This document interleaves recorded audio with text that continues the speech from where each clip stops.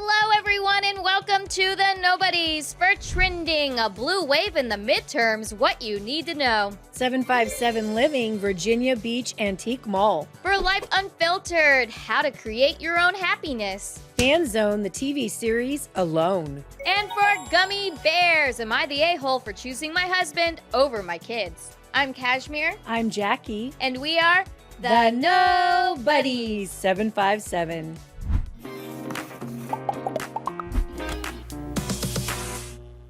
Thank you everyone so much for joining us here today. Be sure to like and subscribe on YouTube, or you can take us on the go through podcast platforms like Spotify or Apple. And you can also check out our tidbits on Facebook, X, Insta, TikTok, and YouTube Shorts. And Jackie, I think we might have a little worrying to do, don't we? I know, after we watched Mark Halperin. Uh-huh. What's his new show called, or is it the same way? It's Next Up with the MK Media, Megyn Kelly's media network. Next Up. Yeah, with Mark Halperin, which he's more Democrat. I think he is Democrat, but he's like, he just knows how to tell it like it is. Yeah, I don't feel like he's like Jessica from The Five. Oh, no. Because when she always shows us polls, she's like, you're all going to lose, you Republicans, and Donald Trump is evil. I feel like he looks at data and makes not educated guesses, but he makes predictions based on the data and and the people he's talking to. He has a lot of sources that he consults and his with. main point was that in midterms, usually the incumbent president, they lose seats. They lose seats in the House and could possibly in the Senate. Mm-hmm. Oh, I'm just like, please, no, please don't let that happen. But I agree. I'm preparing myself for it just in case, like I prepared myself for Spanberger. Yeah. And Spanberger really tricked people, which is really sad. She's a liar. The gerrymandering thing. But that's okay. We did do a thing on gerrymandering, so you can go check out our video.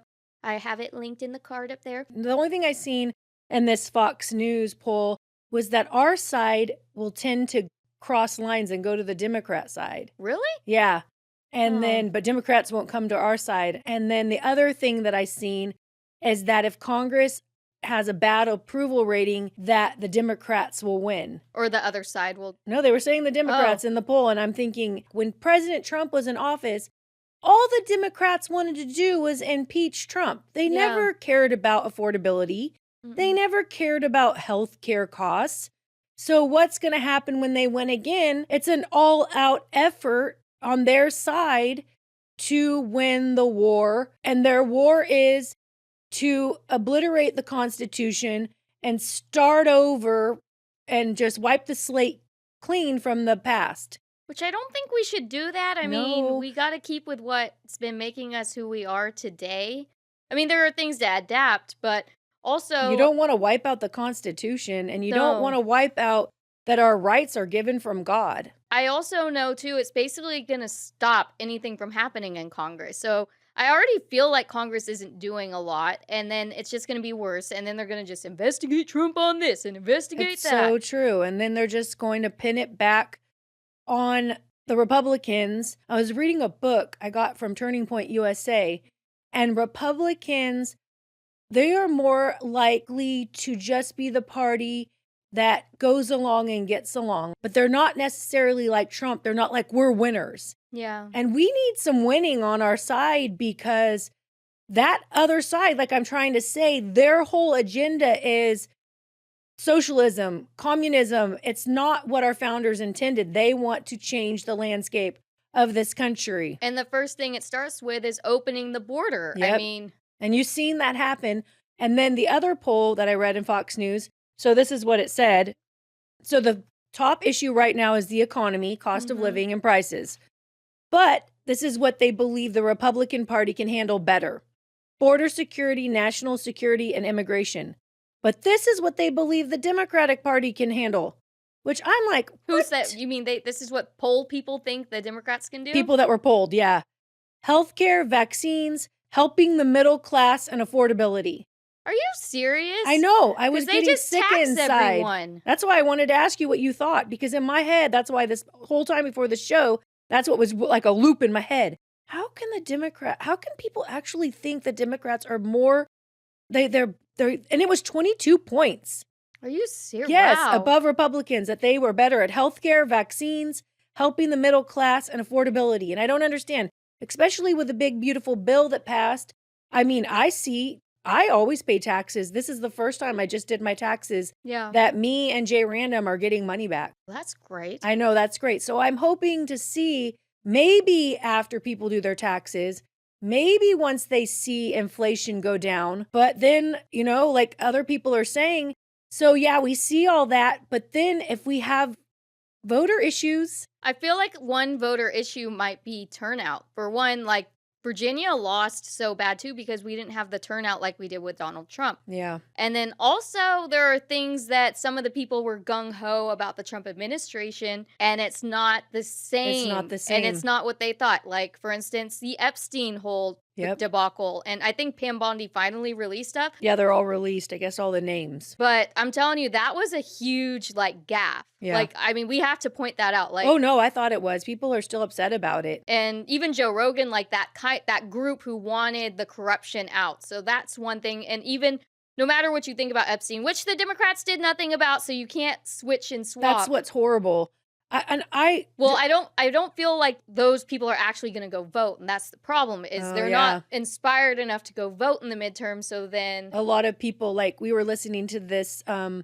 He's an advocate for voting rights. I think he's from Pennsylvania, and he got like 50,000 Republicans registered. His name's Scott Pressler. Yeah, me and Kashmir watching him, and he was saying, yeah, a lot of people will post on X, but most of the time they're not registered to vote. Yeah. So, yeah, we do need to register people to vote. But I was even thinking, too, the voter ID law is very important. Well, they need to get that through, which we do have tagged up there. We do need to get that through. But then on the other hand, okay, so Abigail Spanberg, and this will tag back to the midterms, she pretended, like you said, to be a moderate. Mm-hmm. So is that what they're going to do, is pretend? This is how I feel the Democrats are.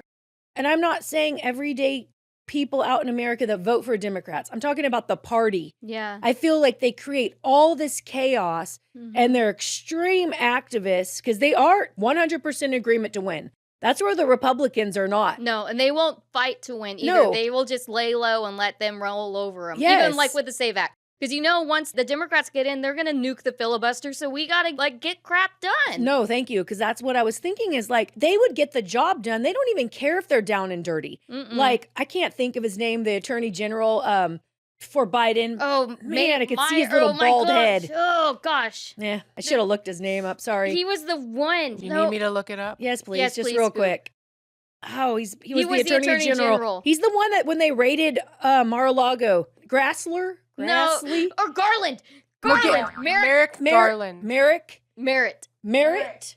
Oh, Oh, Merrick. it's Merrick. Merrick See? Garland. Oh, Merrick Okay, Garland. like I'm thinking about Merrick Garland. It's horrible, but like he would do things down and dirty to get the job done, like raiding Mar-a-Lago. But you see, we've not seen any heads roll. No. Maybe that's another thing with our party. Like we want to see retribution. We want to see things get done. But then at the same time, the Republican Party will be judged if they focus on getting their political enemies. They're going to look like the bad guy because they're not working on the economy and the inflation and passing laws. Well, I'm going to think that they could do both, though, because the DOJ, that's separate from Congress. I agree. And so they need to go after COVID. Why were we all forced to be vaccinated? Yes. Why were we forced to have our kids out of school? I mean, what about all the corruption with Adam Schiff and this whole Russiagate? What are they going to do about that? Thank you. What about the election stolen? Sorry, it was stolen in 2020. Or what about Hillary Clinton and Bill with and Obama? Not even just that though, but Hillary Clinton with Russiagate? Benghazi. Oh yeah. Like just things that have happened. And what about who was running the White House when Biden was like a dingle knocker little senile man? Nope. Why can't they get to that? Like, why No, I cannot agree they with investigate this stuff and let heads roll? Heads need to roll. I think that would benefit Congress if Pam Bondi did her job. Mm-hmm. The other part, though, they need to pass laws. Yeah. They need to pass the Voter ID Act.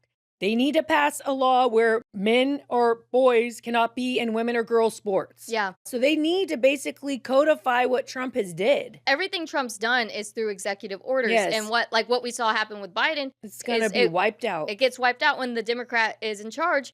We need an immigration law. We need to deal with the border, actually make it a law.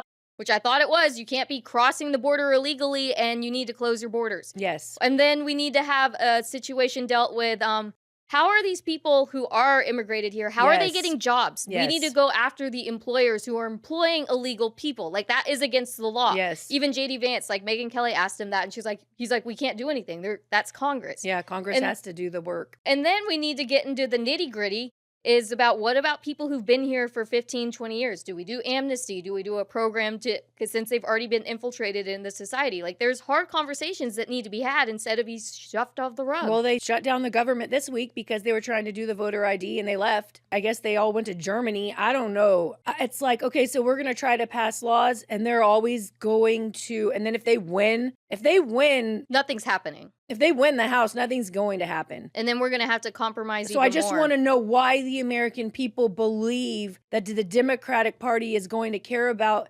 inflation when they didn't. They're going to care about the Epstein files when they didn't. Or they're going to care about the economy when they didn't. They're not going to care about your health care. All they care about is locking you down, locking you in, and taking authority over you and having full reign over your lives. I wanted to go over some of the polls, though. I wanted to hear that. Real Clear Politics, and what they do is they average all the polls so they can get, it's not just one side. No, it's not like when Jessica tells the polls on the 5. It's like, okay, we're sick of hearing your polls. And then we'll have these on the screen for you as well. So the first one is the congressional vote. So Democrats are 47.4% compared to 42% with Republicans. So that's like a 5-point swing right now. The Democrats have more approval. Yeah. Okay. The Democrats have more approval for Congress. Okay, next is Trump's job approval. 42% approve, 55% disapprove. I think that's because he needs to get out in America and he needs to speak to the people. I think so too. Now, Trump with the economy, this one is even worse. Only 40% approve, 55% disapprove, which I'm wondering if it's just because they're not seeing the benefits yet. Well, prices have come down, but they haven't come down enough. Mm-hmm. And the cost of living hasn't come down enough. And people are being laid off. Yes. If I do believe that it will get better, I don't know if it'll get better by the midterms. If it does get better, that's something that Mark Halperin said would really help Republicans. If it really swung the other way, that would be a big boost for us. The next is foreign policy. 53% disapprove, 40% approve. And the only thing I can think of that is the tariffs. Or Ukraine and Israel. I don't understand. Yeah, there are breakdowns for those two regions too. But probably the tariffs, but I don't understand because I have not. Or maybe they don't like the drug boats. Maybe. I don't know.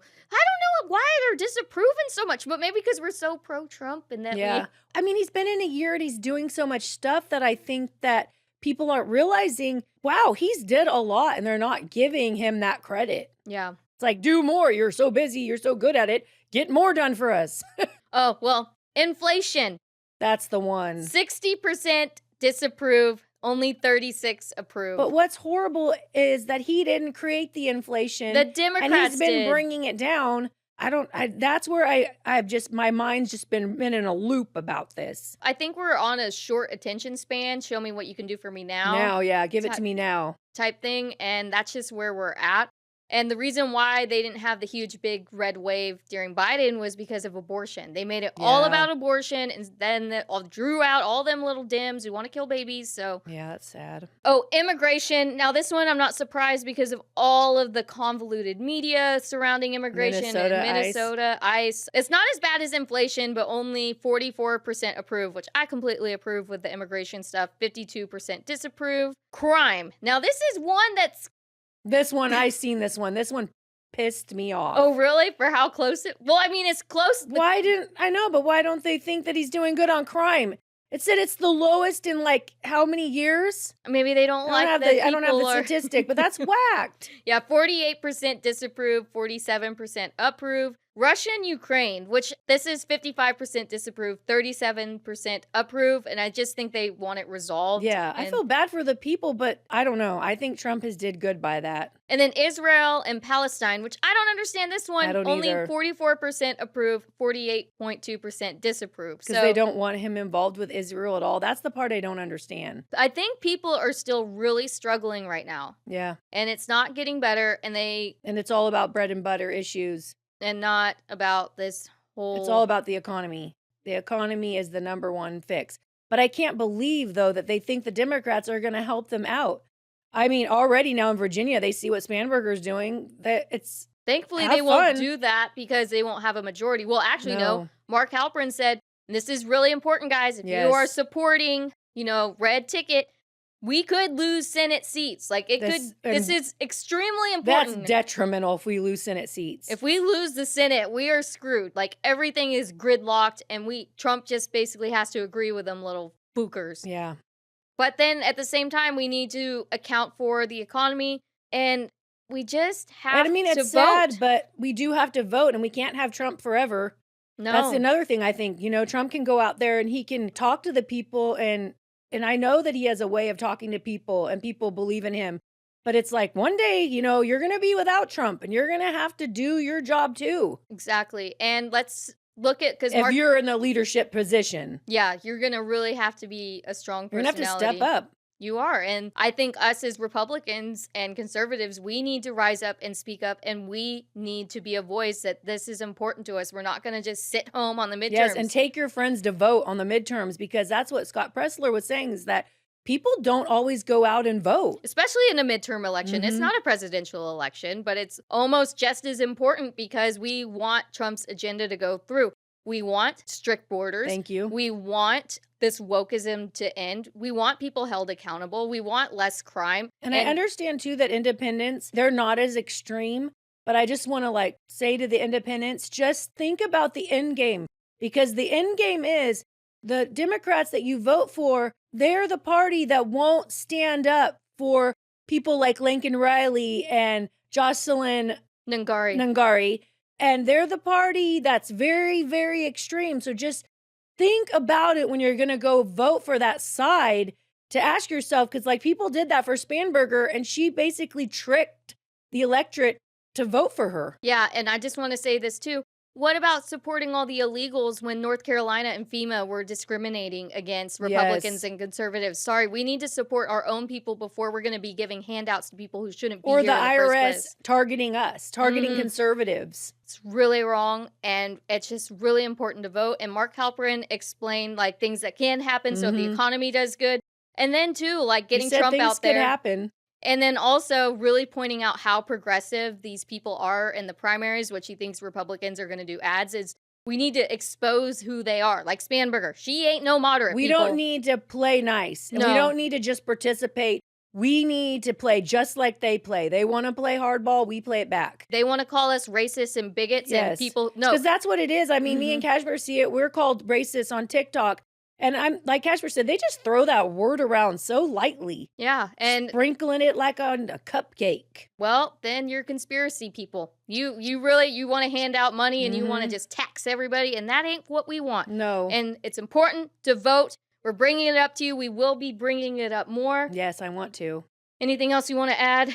Nope. Yes, we need to be strong and see what the issues are. And really think about who you're voting for. And if you truly believe that they are going to do something so crazy and so liberal in our society, no, I don't want you. I don't want this Democratic Party anymore. I don't. I just think they need to be wiped out and start over again. I do too. That would solve a lot of things. We need the one guy from the 5, Harold Ford. Yeah. That's a normal Democrat, or Mark Halperin, or people in the middle. Yes. And we need to do more. We're getting along in Congress and getting crap done. Maybe independents. Yes, not these crazy woke people. But we're keeping it on your radar. We will be doing more on it, but just be aware, blue wave is being predicted, and we gotta pray and get the vote out. Yes. Okay, 757 Livy. Ooh, yeah. We went to the Virginia Beach Antique Mall, which this was Kashmir's idea, because we didn't want to eat food anymore. Well, I didn't want to either. I'm I'm sick of eating food. Well, Even though I like Worth a Bite. No, but the thing is we just had Valentine's Day. Yes, that's what I was meaning. And then we had the football party. And also Jerry's birthday. Your birthday's next week. Woo, and then you just feel like the holidays were there. Well, and also too, so my car, I had to. Oh, yeah. That's why I picked that place because it was next to the car place I was dropping it off at. But don't go to CarMax. See, I made the mistake, and then I did Facebook Marketplace. I actually got some money from. Some money. But that's why we picked that place because we're not antiquers. I'm not an antiquer. Only because my grandma loved the thrift stores, and I would have to take her all the time and spend hours in thrift stores with her. I'm good. I am not an antiquer. I will say, though, the best part was the toys. Oh, my gosh. They had a Ninja Turtle section. It was huge. I got the video showing right now. It's expensive, but then they had all of, like, from my day, they had He-Man. They had Gray Skull, the house, or not the house, but Gray Skull where he lived, where He-Man lived, but the enemy. What was his name? It's okay.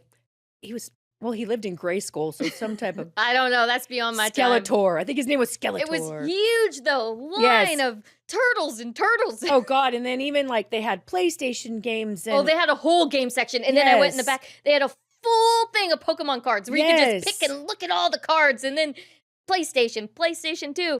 Game, like a whole full game section. And then the second floor was... I'm like, my brain's exploding right now. Yeah, the whole second floor was like, all like Barbies and Star Wars. Care Bears and Star Wars and Star Trek.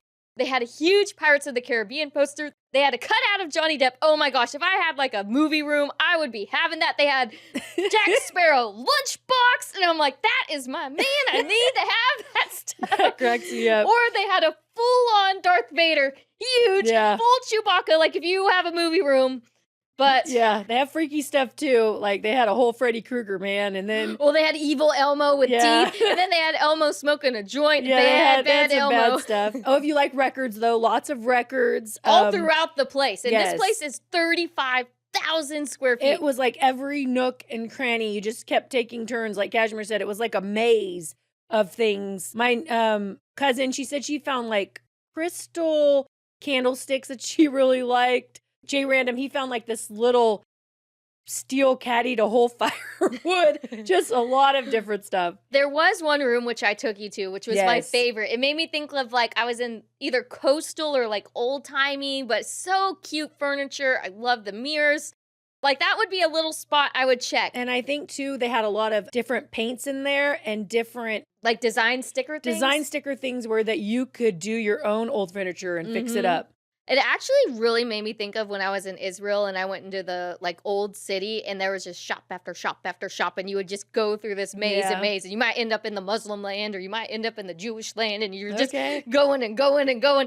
Maybe like Tijuana. Like when I went there when I was little, it's just like little shops and shops. I feel like it's like the hoarder's paradise. But I feel like it's your grandma's hoarder paradise. Yeah, that's what I meant. Not a paradise, but like a lot of it was like, I just felt like things that would have been at my grandma's house. Or like my cousin Teresa said, she's seen lots of pots and pans that she had when she was little and dishes. They did have a lot of old photography, like cameras. Old cameras. And then they had cool like old signs, like they had a little subway thing. Yeah. And then they also had Garfield in a little car. Oh, I did take a picture of him. He was so cute. I love Garfield. But they just had stuff. It was overwhelming. Stuff. Like we didn't have a purpose when we went there. I feel like if you want to go, you need to have a purpose. A serious purpose. Of what you're looking for and what you want to buy. Because for us, we were just like... I was just overwhelmed. I was getting hungry too. And we did go to Taste. We love Taste. But it was just like... stuff and stuff and stuff. It was stuff and stuff and stuff. But I didn't see a lot of kids there, but I thought, man, this would be a kid's paradise. No, I did see some. I did see a couple. Like they had this other little nook where they were watching the old Rugrats movie on VCR. Cute. And this kid was going through all the Legos, like just Lego pieces. I'm like, what are you going to do with all of those? But okay. And then when we were wanting to leave, then we saw a whole other segment. And then we started, and then there was a whole music section of old sound I was stuff. like, wow. And I was like, okay, we're done. We've I'm done. I'm done.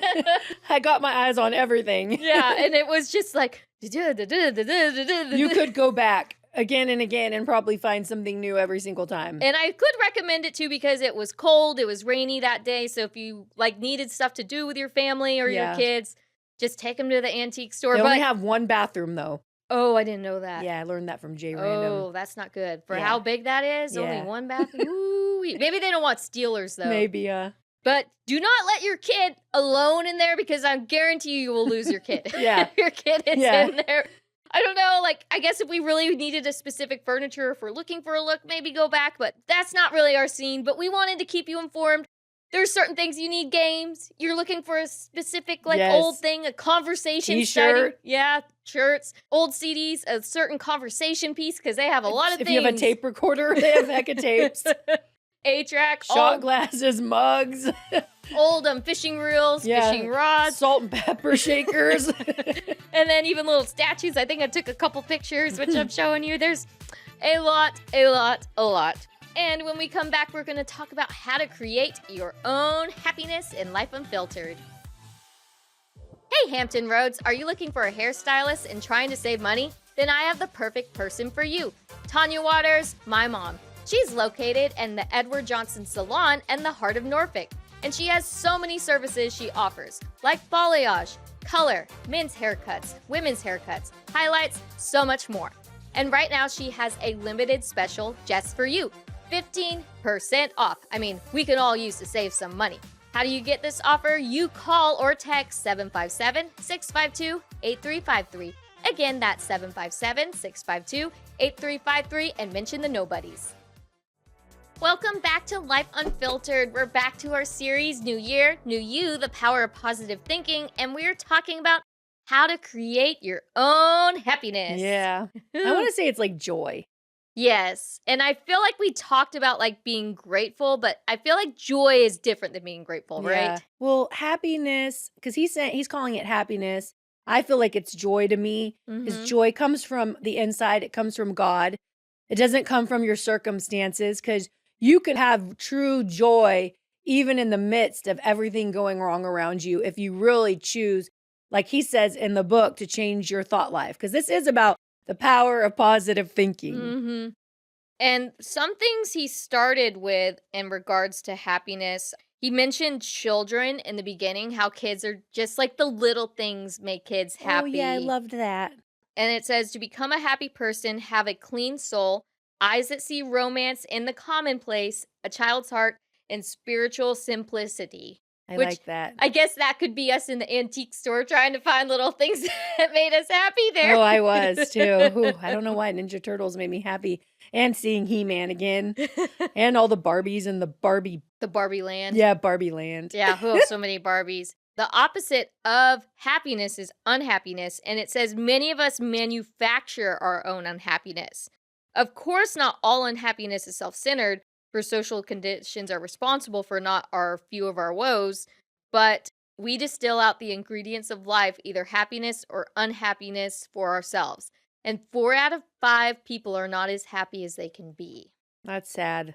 I think so too. And I even was looking up polls. I don't have the numbers, but a lot of people are not really happy with their lives. No. By the end of the book, he says that you need a true transformation and you need to be saved by Jesus Christ to have that true happiness. But then he does give the example of the one man who was basically, I think he was just in a big self-pity and self-punishment. Like he's punishing himself. But then he gave him this thing, it was called thought conditioners. And the thought conditioners are just happy thoughts that you give to yourself, that you're saying positive, happy thoughts to yourself. And he didn't think that he could change. And then he ended up changing in the book. I think he talks about this couple that was really happy. They were a happy couple, but they had a card that read, "The way to happiness, keep your heart free from hate, your mind from worry, live simply, expect little, give much, fill your life with love, scatter sunshine, forget self, think of others, and do as you would be done by. Try this for a week and you will be surprised." He also says too that where love is, God is, and we might add, so where love is, God is. And then he adds, where God and love are, there is happiness. So a practical principle in creating happiness is to practice love. And then he talked about like what happiness is. Say like for a man to have lived in poverty, like all this time, but there's gold right on his doorstep and he doesn't see it. That's what he's likening happiness to. It's like something that we can have, but we're letting our hate or resentment or our worry keeping us from attaining it. Well, and two, like, did you read that? Sometimes it's hard to, I see this with myself, sometimes it's hard to expect little and give much. Yeah. I mean, we're not perfect. It's hard. That's why I see in the end, he's saying you need a transformation. You need Jesus Christ, because even in the Word of God, Apostle Paul was saying, I want to do all these things good, and I see that I should, but I don't. Yeah. And then he says, who can help me but Jesus Christ? Only Jesus Christ can help me, because it's saying, live simply, expect little, give much. That's a big, like, live simply. So that means you don't want all the things that you want. So get your mind off all that.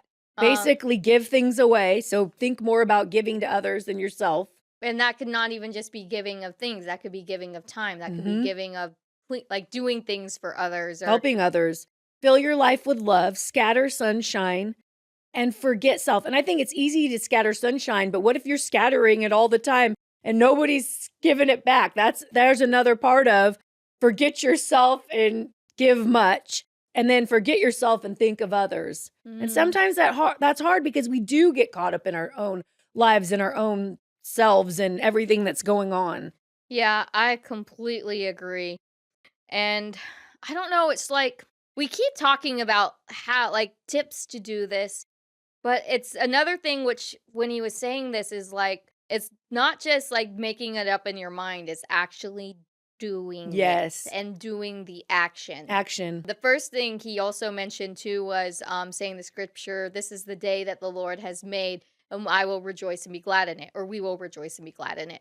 And I mean, it's one thing to say we will rejoice and be glad in it, but you have to do it. Yeah, how are you doing it? Are you going to say, I rejoiced in doing the dishes, which I used to do Which that. does, and he's saying that does work, but you have to keep saying it. It does. Sometimes you're not going to just say it once. That's what he was saying about that one guy in self-pity. He said, and he was punishing himself. He started saying the scriptures and started saying the things to create happiness. And then finally he was like, oh, wow, it's helping me do it. It's helping me. Because he says, when you see, if you're going to wake up and you're going to think bad things, because there was a guy in the book who thought always he just seen the worst in everything, you're going to attract that to yourself. You are. Or you're going to see it everywhere you go. So you want to wake up like a little child, like Jesus says, be like a little child and enter into the kingdom. How you do that is you have to be like a little child. You have to wake up and say, okay, I'm going to see happy things. But then, like as we're saying, so then you're going to have to push yourself to go outside of your box to smile at other people. Yes. To give more than you would want to give to yourself, to not expect to receive, to want to refresh others. Yeah. And not just be all about what's going on in your own world. It's true. And one thing that helped me, I remember when I was in school, we used to mop the house all the time because we used to prepare the house to get sold. So we were very diligent. And even when we moved here, we still had that habit. But I would sing all the time, today is mop day, lots of fun day. I loved it though. But I mean, beyond the singing though, it was purposely making up your mind that this is going to be a fun experience. It's going to be a happy time. And looking at, like he said, like a child, like, oh, I get to listen to music or my podcast, what I want to listen to while I'm doing this task. Or, I mean, it can be like spreading sunshine to others. I really try to do that. I feel like that does help. But like you said, sometimes they're like, well, when will someone spread sunshine to me? Yeah. And I think another thing in this book that came alive to me, because I've always had to learn this, is that you can't expect your happiness to come from other people. You have to create your own happiness. And that's what he's saying. You have to look at, like Kashmir's saying, okay, I have to mop here. I don't really want to do this, but I'm going to think about, oh, I get to listen to my songs. I get to listen to my iPhones. What was that? Not your iPhone. What was it back then? It was your...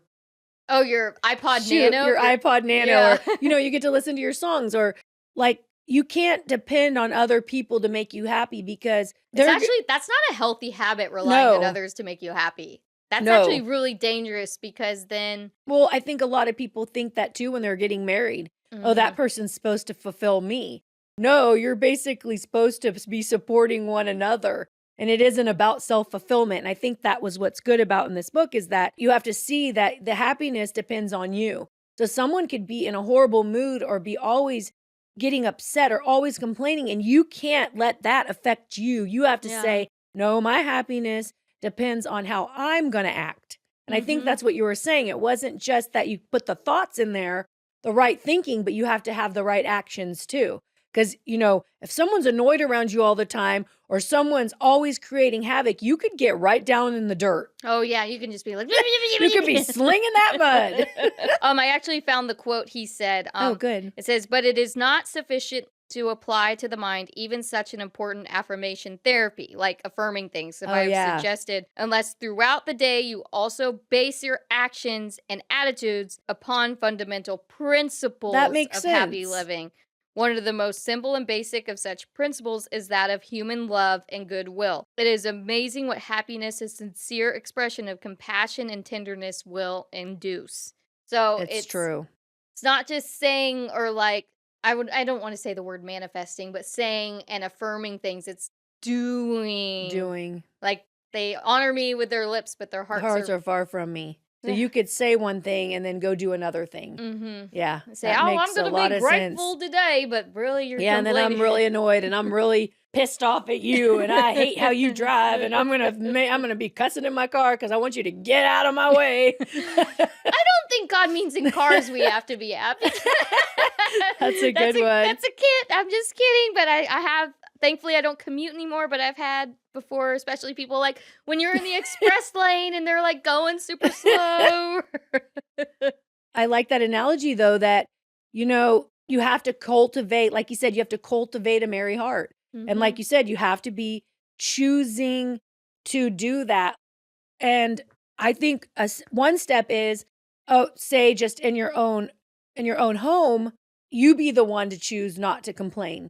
You be the one to create the happiness in your home. I think that's what he's saying is you start doing it and then it's going to affect others. And also what you're saying, letting Jesus transform you. I think that's where a lot of the joy and happiness can come from because he mentioned. Because you can't do it. No, because in him, they were talking, this is John, in him was life and the life was in the light of men. And in his example, he was talking about people he went to like a church or I don't even know if it was a church. It was a party. Yeah, like a party. And they were just all so happy. He thought that they would be drinking and he didn't realize they would have joy. Just on their own. Yeah. And he said, like, the inner light was reflected outwardly on their faces and it came from an effervescent spiritual something that they had taken into themselves. Which I feel like when you experience true salvation and when you have that joy coming out and exuding out of you. But then what happens when the joy isn't there anymore? What happens when after you get saved and real life happens? You have to stir it up. Yeah, or you get struggles or things, or you're persecuted or things happen. You have to stir it up. You have to condition yourself to think of all the things that God promises you and that he promises you in his word, even when you're going through the tough times. Psalms is really good to read to uplift you in hard times. There's lots of scripture to read to uplift you in hard times, but you have to turn to God and you have to turn to him. You have to submit to him that you know that he will come through for you and he will. Your joy will come back. It's even in the Psalms. It says, yeah, there's bad times, but then joy comes in the morning. It does. And I feel like, too, if you're having a hard time in your situation, but you know God's calling you to do something or in a certain spot, like I feel like one time, like at work, there was a lot of persecution going on and a lot of things that was just really hard, but I knew God wanted me there. So I just had to focus on being joyful. And I mean, I wasn't perfect at it, but I felt so much joy in the work I was doing. And I did try to show joy to others. Like a lot of people, they probably wouldn't know how bad it really was and the things I was going on, which later in my career, I was more outward about how unhappy things were. But during that time, I just knew that God was going to help me through it. God was going to see me through everything. And you have to believe that. I also think of the biblical example with Paul and Silas. Yes. Oh, Paul and Silas. Yeah, they were in the prison yard and they were praising God and then the chains fell off. And then they got the guard baptized. Yes. So it's those things where you can't see what's in front of you and you're kind of like you're stuck in this surrounding and all you see is darkness, but you have to keep forging through because you don't know, like he said, with the pot of gold just outside or outside your door. You're not going to live in abject unhappiness. You're going to believe that joy's there. You're going to believe that God's there to rescue you. You're going to believe that God's there that's going to turn it for good. Yes, because we're not always going to be in that bad situation. He's going to help us get through it. And when you're in that situation, like, it is easier to complain. It is easier to worry. It is easy to be like, nothing's ever going to happen good. But if you can stay like that, but then on the other side, what is it going to hurt you to be like, okay, this sucks, but you know what? I'm going to praise you, God, or you know what, God? I'm going to praise you in this. I'm going to find joy in this. I'm going to let your joy come up from within me. And that's what will happen. You will have joy. And this is the truth that I've experienced. The more you lay down what you want, the more joy you have, the more happiness you have, the more you give up what you think things should be like and what you think, how I think of it like control. When you give up your control and you give up every construct that you think should be. I don't understand it, but it's like you're surrendering to, okay, God, I surrender to your will. And then I've experienced it. The joy does come inside of you. You can have nothing that you've ever dreamed of or imagined and still have joy. Yes. You just have to lay down your life, like you said, and then like make the choice, because it's a choice, like he said. You create your own happiness. Are you going to choose? And you don't have to be miserable. Yeah. Even if it's something bad going on, even if you're going through pain, even if you're in a bad breakup or relationship, if you're getting divorced. We all go through miserable times. It's just what we choose to do with it. And it is good to have people around you too to help you not be miserable, to not be unhappy, to promote that. Or maybe you're going to be the person in their life to do that. Amen. You are not likely to secure effective results, even with spiritual principles, without spiritual power. When one experiences a dynamic spiritual change inwardly, success with happiness producing ideas becomes extraordinarily easy. So what he's saying is you can't just use these principles. They're not going to work because you need a power greater than you. You need God. Because he is the light in us. Yes. He said, nowadays it's smart to be spiritually alive. And this was like in the 50s. So it's still smart. And he used this word. He said, it's not old fogeyism to be ignorant of that happiness producing transformation which people everywhere are enjoying at this time. And that happiness producing transformation is life with God, a God-centered life and life with Jesus. That's what's going to give you that happiness and that joy. Amen. That you can't get from this world. No, it's only through Jesus and relying on him to help you through the hard times and being like a child. Like they say, Jesus said he loves the children and they have faith. Those kids were so cute what they thought that made them happy back then. Yes. And when we come back, we're going to talk about the TV series Alone. And I got a gummy bears with some family drama. Who are we going to pick, the kids or the husband? Ooh. When it rolls, I'll be the catch you. When it falls, you be my only, and I'll be your all. And when it breaks and falls apart, I'll be the pieces of your broken heart. Hey everyone, Jackie Self here. Go and listen to my EP Looks Like Love wherever you stream music, and I can't wait to share the songs from my heart with you. Welcome back, everyone, and here we are in Fan Zone. Yay! And we're going to talk about something else. I was just about to say, it's like our first Sunday without football. Oh my gosh. I'm all excited. I know. I was like, what are we going to talk about? And we kept going. I feel like I can relate more now because I'm having to learn football. I don't have to learn pop culture or movies.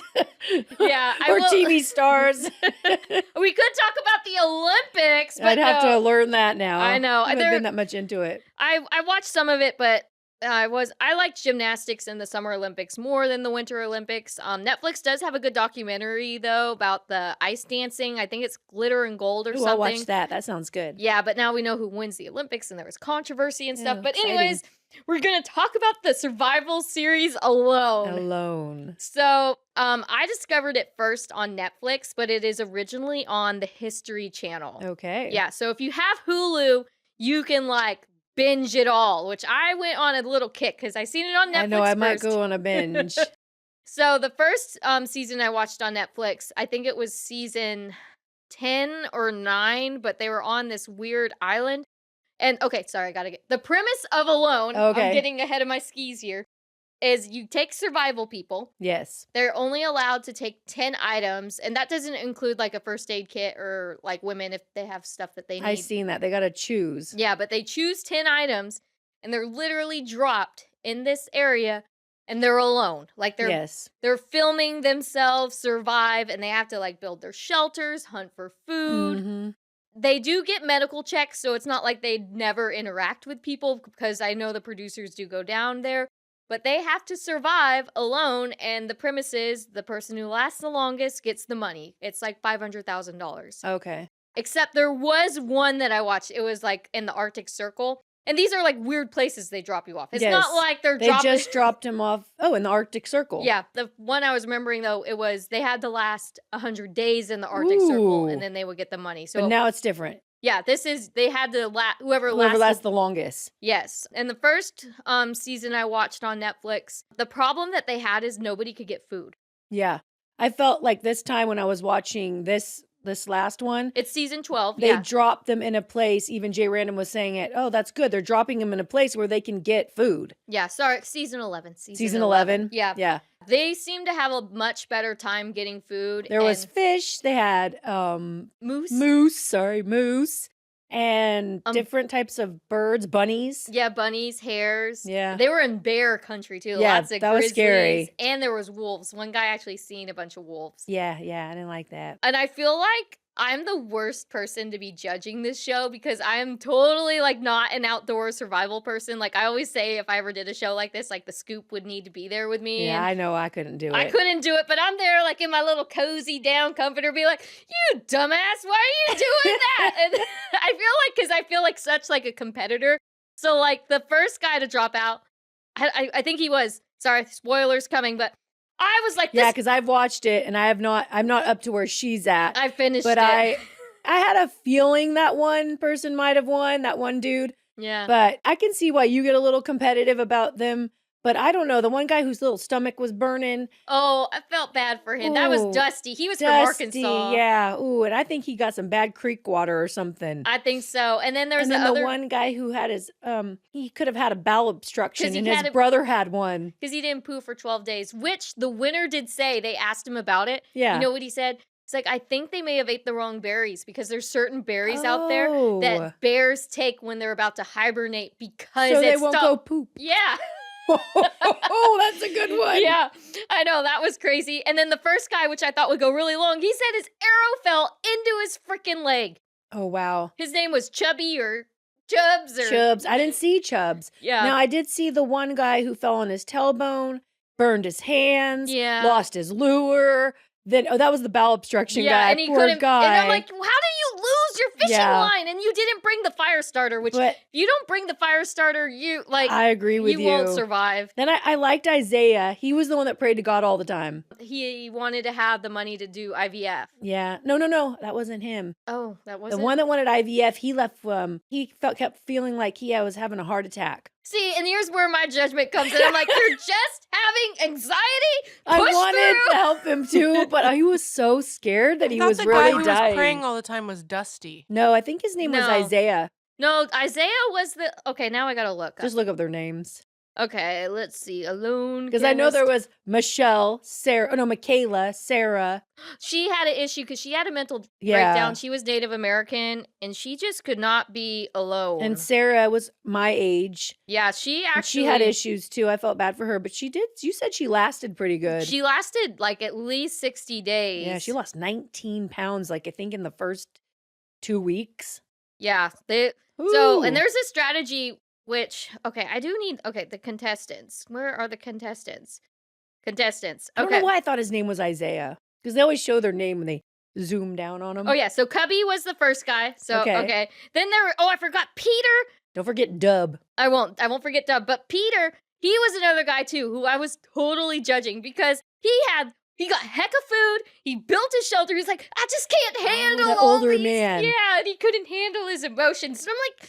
Good He said he was going to value his family now, though. I did like I think that. it was Timber who was always praying. Oh, Yeah, Timber. And Timber made it to... I liked Timber. Did Timber make it almost to the... Yeah, Timber's the guy who almost made it to the end, which he prayed the Psalm 27. Okay, I love Timber.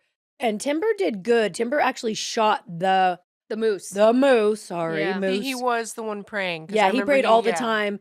And then... Isaiah had the sign, though, where because his brother passed. That's him. Okay, he had the sign with the birds. Yeah, which I still feel like, Isaiah, I'm a sign person, but then at the same time, I was like, I feel like you're just using that sign. But then I was like, no, I'm not going to say that about him. And then, I mean, something bad could have happened. So I'm glad that he went home. But the one guy, Dub, I didn't know he was the one that the little mouse pooped on his fish because he kept his fish where he slept. Yeah, so a big thing out there. That was crazy, though. It was, well, that's where you're just like, what the hell are you doing? Called him the homeless man. Well, the food, like, that was a big thing because they had these little minks that would try and get their food. Yeah. And one of them, William, he called it Sassy. He actually named he did name them. He called it her Sassy. But it's really hard because you're with grizzly bears. William, he had it where he got a beaver and the mink got the beaver. Timber, he got the moose. Felt like Timber knew what to do, though, with his food. Well, no, because he had to get into them. He had some of it eat the moose heart, but then he kept making like enclosures, like the winner of season 7 Alone, where he did the 100 days. That's smart. And then did you see how he solidified his fat? Mm-hmm. He could have won. I don't like that Timber left. Okay, I will explain why, though. He did get into it. So, yeah, William actually ended up winning, which William had to overcome adversity because he was one of the dumb people in the beginning where he's like, I got a fish, and then it like... Oh, God, I thought that was Dub. Dub had that happen to him, too. He didn't beat the head of the fish, so it flew out. Or maybe it was Dub. But I know William had a lot of adversity, but the biggest thing he said is why he could do it is because he just knew in his mind, he's like, I'm going to... He seemed like that to me. I wasn't shocked when you told me he won. But just back something about him. But back to the mouse poo. So, yeah, like there were mice all in there and they need the food. And he was eating. You can't eat that after. Oh, but see, he was eating it thinking it was dirt, and then he got really sick. And I was like... Oh, he did? Yeah. Ooh, a lot of them got sick, too. Timber got sick because remember, he had like fever and chills and... He got okay. Oh, I didn't see Dub get sick. I'm going to watch it, though, and finish it out. But Timber, at the end, you weren't sure with him is because he started to get like frostbite. Oh. And there was one contestant in season 7. She was the last one with Roland. And she was so strong, but she got frostbite in like day 80 and they had to withdraw her. Which a lot of times they will medically withdraw you if something's life-threatening, which was hard for her because she like a woman has never won before. Oh, wow. Or sometimes they'll drop you if you get underweight. I've seen that a lot. Like when you lose too much weight, they're like, it's unsafe for you to this one guy Jerry follows, he watches him and I guess he was in Alone. Oh. But he didn't have the Joe Robinette. He lost his little... Oh, I judged him so bad because he was all in this. He found like a big like basin thing, and he's like, "Oh, I'm in the hot tub," and he took all his clothes off, and then he lost his fire starter. I'm like, "Oh my gosh, are you a freaking dumbass?" Like Jerry loves that guy. Again, please know I'm not a real mean person, and it's more of my sarcasm when it comes to Alone. But okay, so Dub, Timber, and Michael were like the ones from day 60 to day in the 80s, and so they were left standing. Yeah. And it was freezing. Like, it was like... I didn't get to see it. I got to watch it. I know. It was super cold. They were able to do ice fishing. Oh, wow. Oh, yeah. They were ice fishing. Timber had the most food. And most people assume that if you get, like, big game like a moose, that you're going to win. Yeah. He did say, too, like, after he withdrawed, like, the biggest thing is you go to this base camp. And, like, you have to they pump you through fluids. And then with eating, he said he couldn't just switch back to eating normal. Like, he had to keep eating the same stuff. But he made the mistake when he went to the airport. And he started, like, eating pizza and stuff. And he was messed up. Oh, what happened? Bad. He just said he had real bad stomach issues. Ooh. William, the winner, he did not have the issues, but he's like, I can't eat fish anymore. Oh, I wouldn't want to eat fish ever again after that. And he said he ate some nasty things. So Dub, I think what happened to Dub. What happened to Dub? So Dub, he was having issues getting more food. But see, The winner, what normally happens is they'll do like a medical check and come down, and then your loved one surprises you. Oh, that was Dub. No.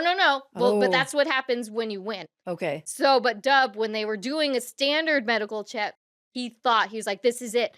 They're coming to get me. My wife's going to be here. And it didn't happen because there were still 2 other contestants. Oh, wow. And he like cried out and he was really upset after that. And I just think that really broke his mental game. And so it left Timber and William. Which William's from Canada, and How long did William last? 84 days. Woohoo! Ooh. I think I was like at day 24. Oh, okay, yeah. You still got some. I got some time to go. Wow. It's a good binging show, especially when it's cold outside. Oh, and no, you I can enjoy it. Get in your little cozy. You do get kind of judgmental, though. I was kind of judging Cashmere at first, but then I'm like, why are you leaving? Suck it up. You better stay. And then last night I heard that Timber guy talking, because me and Cashmere's rooms are right by each other, and I'm like, I think that guy's going to leave, Timber. I am so mad at him.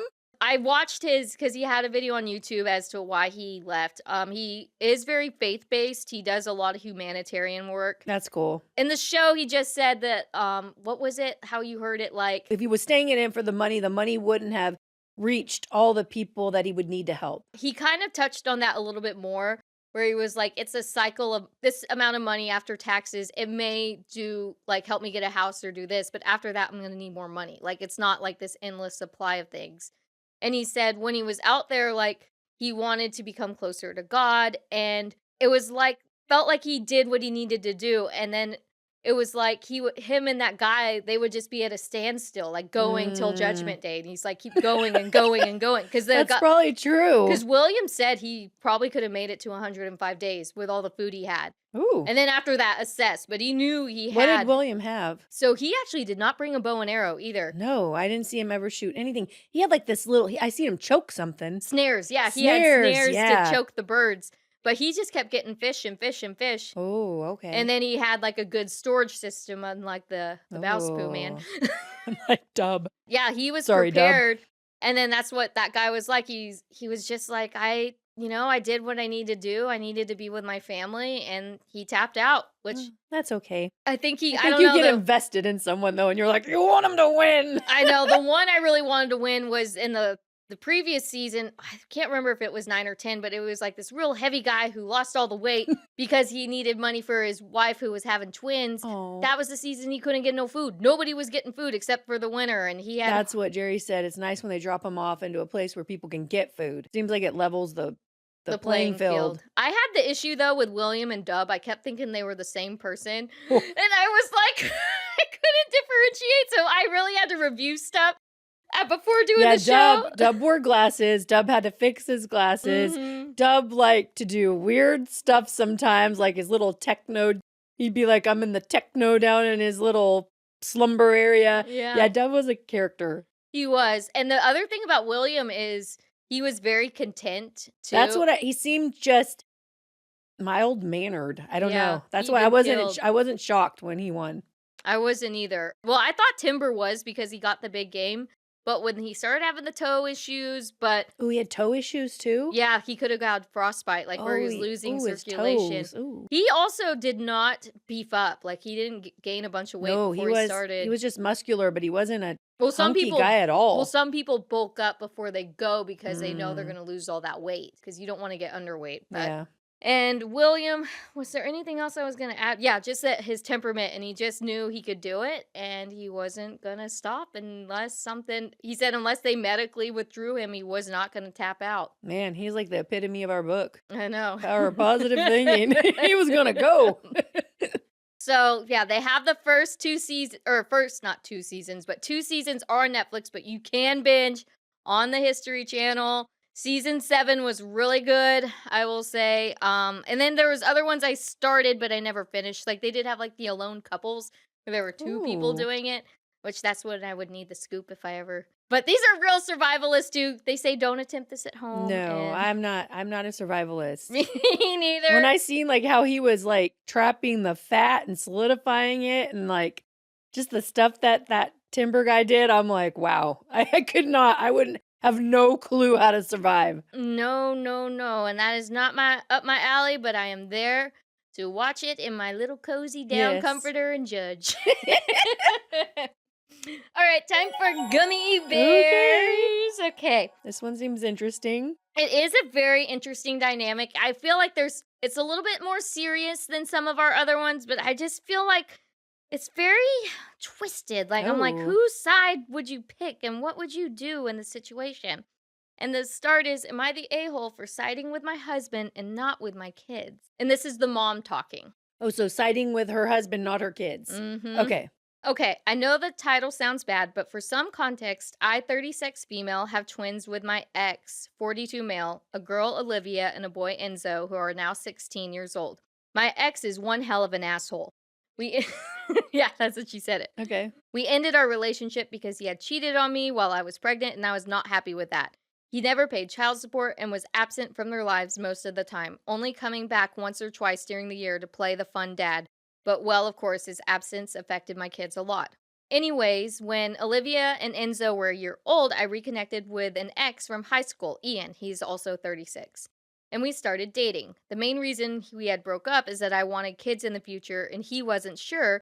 And since 2 seemed more than enough for me, that problem was out of the way. Ian wasn't involved at first with Olivia and Enzo, but after we moved in together over 2 years later, he began to help me with them without me even having to ask, which I was really grateful for, and they eventually formed a bond. We got married, and Olivia and Enzo called Ian Dad for as long as I can remember, although they always knew he wasn't their biological father. Ian and I make the same amount of money, and we live in a house I inherited from my father, and Ian only earns a little bit less than me. There's not a big difference. With time, my ex went from showing up once or twice a year to not showing up at all for a couple of years, which is when their bond became even stronger.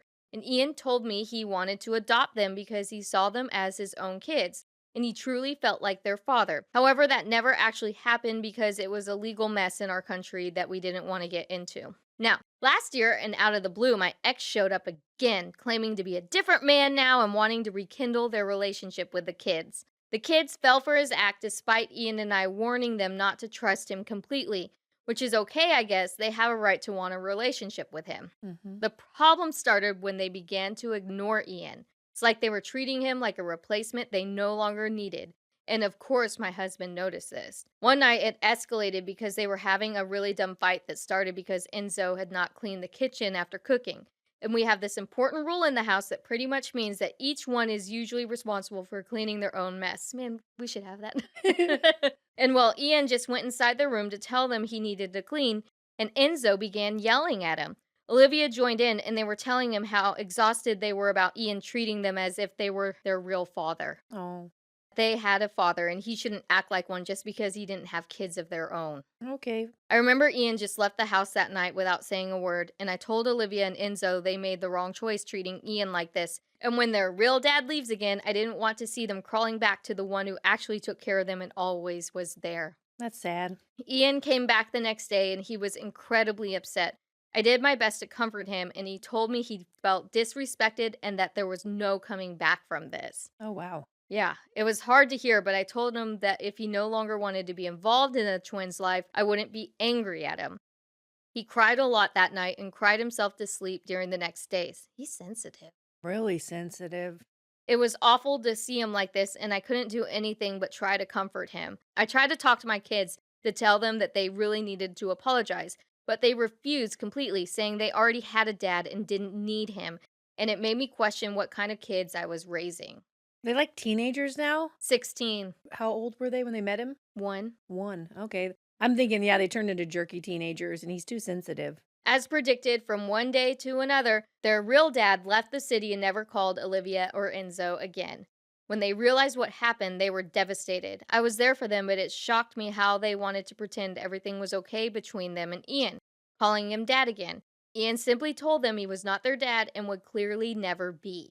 This has been going on for a while. They were thinking Ian would change his mind eventually and forgive them, but that has not changed. As a last card, they came to me and told me to speak to Ian, and I told them we had talked many times, and it was clear Ian would no longer be involved in their lives, which is what they wanted anyway, so I don't know what the problem was.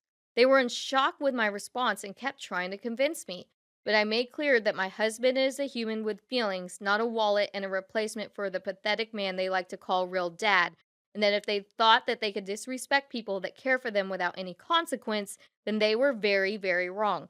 I told them there was no going back from this, that things would not be the same, and they had themselves to blame for that. Ooh. I know. That is. She's a strong lady. Ooh. That'd have been all, we got to work this out. I know, because that's where I get, like, where I'm reading this and I'm just like. Do we know the whole story, like, of how horrible they were to Ian? I know. Was it just that one thing, you know? Well, they kind of told him, like, I mean, it was pretty bad what they did. And they wouldn't apologize. No. And they said, no, we have our real And then dad. she's kind of saying they want the money. They want him as, like, for what they can get out of him now. They shouldn't have taken for granted a person that was always there for them. They went crying to my mom after that, and she told me she understood why I was upset with them, but couldn't side with my husband in this. That they were kids that made a mistake and they need a second chance, and that I should try to solve things. And to be honest, I don't think I can. I love my kids, and they have always been my priority, and this has not changed my love for them, but I also love my husband, and he's such a great man who stepped up when he didn't have an obligation and was such a support for me and for the kids. He was the father they had known for so long, and even if I try, I don't think I'm even close to knowing the amount of pain that can cause you to have the kids that you raised as your own for years tell you you're not their real dad and to treat you as literal trash. They must have been really mean and disrespectful to him. Yeah. As much as I want them to make up, I know my husband is so hurt, and they caused that over what? A man they had barely seen for like 7 times in their whole life. Ian is now convinced that Enzo and Olivia don't love him and only saw him as a replacement. And he thinks if their real dad ever shows up again, they would treat him like crap again. Although I don't think my kids would do that, I know he has every right to feel that way. And if Ian no longer feels comfortable involved in my kid's life, then I don't feel I can contradict him. They just broke the relationship. Ian is usually a pretty reasonable man. He has thought a lot about this, so I know that he's sure about his choice. I know he has been crushed with this, and now he wants to have a kid. But I told him no because I believe he just wants to replace Olivia and Enzo. Despite respecting my husband's decision, I don't want my kids to lose the man they've seen as their father ever since they can remember. I know it's going to crush them and it'll affect them even more in the future. And sometimes I wonder if I should listen to my mom and try to talk Ian to try to repair the relationship. But I don't know. Am I the a-hole? I think that she should try to talk to Ian to repair the relationship. I mean, he's thin-skinned. Yeah. These are teenagers, and they never had their dad, and they probably just want their way. It isn't personal. I mean, he obviously does not, he has not given no unconditional love at all. No. And then, like, I just have strong opinions about this. I don't like that he's so thin-skinned, and I don't like that she's just, like, kissing He's the adult. But yeah, he's the adult. Like, make them respect you. You don't need them to kiss your butt. You just need them to respect you and be the father they never had. Be one that steps up and say, now, yeah, I'm going to still be in your life, and show them that you love them, and just, demand that they respect you. But don't cut them off and get rid of them. I mean, because I don't understand, because I know she's like, oh, he only married me, but no, you had kids. He married your family. That's the whole point. Yeah. And no, when someone marries you and you have a child, they are marrying you and your children. And what do you think about him wanting a kid now? I think he's a little baby, butthurt baby. Yeah, I do too. And I would say she's the a-hole. Yeah, she needs to, it seems like she could get him to do anything. She needs to talk him in to knocking it off and stop being such a baby. These are teenagers. You guys listened to every time I said something and actually took it to heart and actually You can't take it to heart. No. People say things and people get upset. Oh my God, that's what you do. I mean, you get upset and you say things you should have not said, but you don't hold it to them for that long. I kept thinking he grew up with them. He's thin-skinned. He needs to take those babies back. He needs to forgive them, and he just needs to be a father. So in our situation, my mom, she has a different dad than Papa. But Papa got married to Nanny when she was 7 and kind of took her in as his own. So how do you think he would have reacted in that situation if her real dad came back? I think it would have hurt his feelings, but I don't see him cutting her off. But she wouldn't have did that. She's not dumb. No, I'm not saying she would do that. I'm just saying because I'm trying to think of a she wouldn't do that. She ain't dumb. She knows who cared for her and who loved her. She knows who her real father is. I guess maybe that's it too. They should see, but maybe there's little selfish children that need to wake up. They really need to wake up. I just don't know how you could do that to your... And maybe she's judging herself because her kids are so rotten. The husband and the children are in the wrong. I don't care. The wife just needs to separate and try to mediate the situation. Yeah. Rather than picking a side, she needs to mediate. I agree with the scoop. They're going to decide if you go in the nursing home. So she needs to keep a good relationship with them while also correcting them. Yeah. So, I don't know. I think she needs to mediate it too. I think so too. I don't think she should just side with her husband. I think it's because she holds against... I think she's upset at them that they chose their dad. mean old daddy. Yeah, the and mean old daddy didn't. He was who he is. Yeah. There is an update. Ooh, I okay. know. I wanted to get your thoughts before I read the update. So the first update, or the first post, was written in June of 2025. So this is February 2026. 8 months later. So I know it's been a while since I last posted. I had even forgotten, to be honest, but I opened Reddit today and figured I could update since things have changed this past month, although I doubt anyone remembers about it. Well, I'm going to start by saying that despite the accusations I received of being too harsh on my kids here, I consider I acted well by not cuddling them and taking their side. Not because I wanted them to suffer, but to show them actions have consequences, that you can't walk over anyone and you can't take any relationship for granted. I could see that part of it. I got to hear more though. However, I did let them know things hadn't changed between us, that I loved them just as much and that nothing would change that, and that I wanted to help them heal from everything. I don't remember mentioning it, but my kids went to therapy to deal with certain issues when they were young, but stopped because they felt like they didn't need it anymore. Even the therapist said so. But after everything, I came to the obvious conclusion they were too vulnerable to manipulation and that their bio father's actions had affected them worse than I thought. So I tried to convince them to go back. It was hard, but I managed to convince Olivia at first, and she ended up convincing Enzo. It took some time, but they began to heal slowly. They made progress, and they both wrote 2 different long messages to Ian, acknowledging what they did wrong and apologizing for everything, explaining why they did it and telling him they regret what they had done to him. Of course, this didn't fix things. Things didn't go back to normal, but Ian accepted the apology, and they have been cordial ever since. So, as I mentioned in the last post, all they said and did affected my husband terribly. He also started therapy and he opened to me about everything. It took a while for him to go back to his old self, but he did, and we decided to take a 1-month vacation to get away from things. I wish I could go on vacation. They live in a different country. Yeah. Ian and I are better than ever, to be honest. He was really thankful I had supported him and told me he didn't think he could have gotten out of that hole if it weren't for me.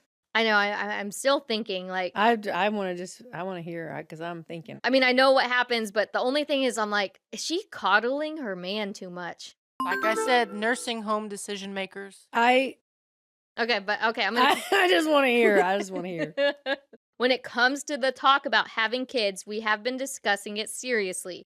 He mentioned at first he thinks it did come out of a suggestion that came from all the hurt that Olivia and Enzo put him through, but that he had been talking about it with his therapist and came to the conclusion he does want kids of his own. The only reason why he thought he didn't want to be one was because his father was terrible and was terrified of repeating patterns. But with Olivia and Enzo, he had learned he really wanted to be one. But since he had them, he didn't think he'd want to have any more. Now that he lost him, he wants to know what it is like to have a kid he can raise, take care of, and to love. Yeah, we discussed it for a couple weeks and then started trying, and I found out I was pregnant last month. Ian has been really happy. Even Enzo and Olivia are excited to have a sibling, which is quite unexpected. And I'm honestly scared to have to give birth again because it wasn't at all a nice experience. But I want to have another kid. Anyway, as I mentioned, Ian, Enzo, and Olivia are now cordial. Sadly, I doubt they can rebuild what they had, but I guess only time will tell if there's a chance for Ian to change his mind. Enzo and Olivia were pretty sad with dealing with the fact that things may never go back to what it was with Ian, but I've told them they need to focus on themselves right now. They finished secondary school last year and will start university in March, so they will move to the capital next week. I told them to focus on their lives, their friends, and their career and let time heal some wounds.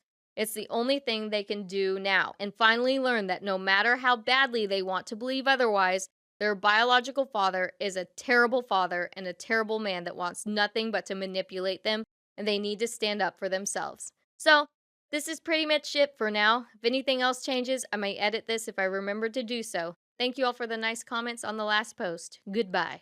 I feel like Ian is thin-skinned. But he was really hurt by them. Then I'm trying to see her side. She's wanting to teach her kids that they can't abuse people. So maybe she's afraid they'll be like the dad. Oh. And she's seeing the dad in them.